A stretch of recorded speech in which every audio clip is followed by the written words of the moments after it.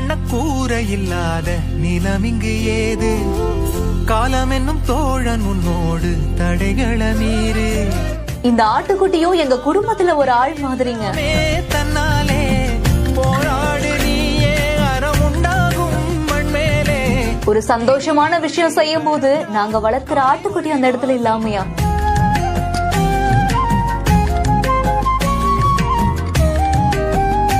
இந்த வீடியோவை நெல்லை motor TVS அப்படிங்கிற இன்ஸ்டாகிராம் பேஜ்ல தான் ஷேர் பண்ணிருக்காங்க.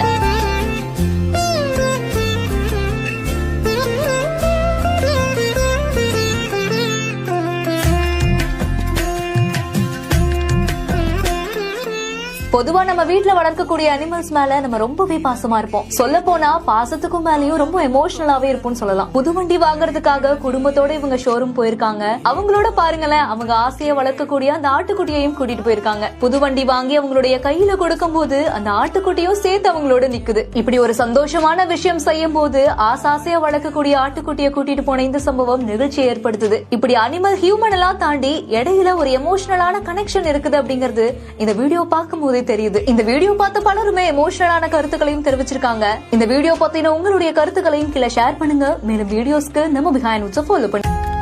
இது ரீசெண்டாக நெல்லை டிவிஸில் எங்கள் கஸ்டமர் வந்தாங்க. இதை பற்றி வந்தது எல்லா இடத்துக்கும்.